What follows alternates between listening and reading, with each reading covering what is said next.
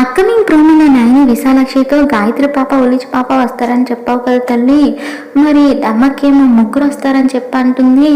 మరి ఆ మూడో వ్యక్తి ఎవరమ్మా అని నయని అడిగేసరికి పిల్లలిద్దరిని తీసుకురావాలంటే ఒకరు కావాలి కదమ్మా అని చెప్పి విశాలాక్షి అనేసరికి మరి ఆ మూడో వ్యక్తి ఎవరు తల్లి అని విశాల్ అడిగేసరికి ఇక వస్తున్నాను నాన్న చూడండి అని విశాలాక్షి అంటుంది.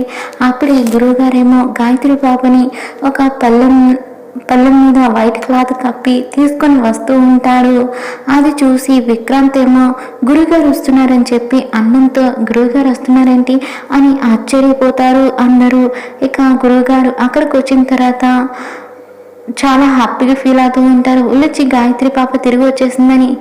ఇక స్వామీజీ ఏమో సుమన వచ్చి ఉలిచిని తీసుకో అని అనగానే సుమన చాలా ఆనందంగా ఉలిచి దగ్గరికి పరిగెత్తుకుంటూ ఉలిచి అని చెప్పి వెళ్ళి ఆ పళ్ళంలో ఉన్న క్లాత్ తీయగానే ఉలిచిని చూసి షాక్ అయిపోతుంది సుమన. ఇక నాయని గాయత్రి పాపని ఎత్తుకొని ఆ పళ్ళంలో ఉన్నది చూసి ఒక్కసారిగా షాక్ అయిపోతారు అందరూ.